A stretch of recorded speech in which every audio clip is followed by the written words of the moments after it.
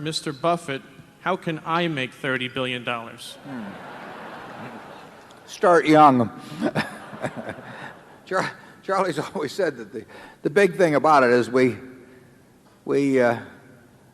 started building this little snowball on top of a very long hill. So we started at a very early age in rolling the snowball down. And of course, the snowball, the nature of compound interest is it behaves like a snowball of sticky snow.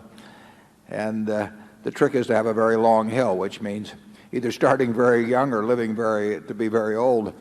I would do it exactly the same way if I were doing it in the investment world. I mean, if I were getting out of school today and I had $10,000 to invest, I'd start with the A's. I would start going right through companies, and I probably would focus on smaller companies because I would be working with smaller sums, and there's more chance that something is overlooked in that arena.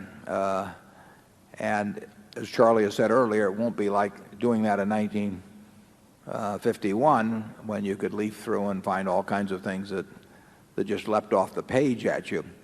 But that's the only way to do it. I mean, you have to buy businesses or little pieces of businesses called stocks, and you have to buy them at attractive prices, and you have to buy them you have to buy into good businesses. And that advice will be the same 100 years from now in terms of investing. That's what it's all about. And you can't expect anybody else to do it for you. I mean, people will not tell you about wonderful little investments. It's not the way the investment business is set up. When I first visited Geico in January of 1951, I went back to Columbia, and that rest of that year I subsequently went down to Blythe and Company, and actually to one other firm that was a leading, Geyer and Company, that was a leading analyst in insurance. And I thought I'd discovered this wonderful thing, and I'd see what these great investment houses that specialized in insurance stocks said, and they said I didn't know what I was talking about. It wasn't of any interest to them.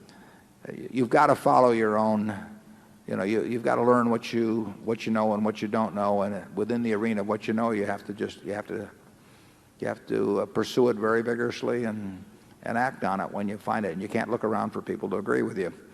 You can't look around for people to even know what you're talking about. You have to think for yourself.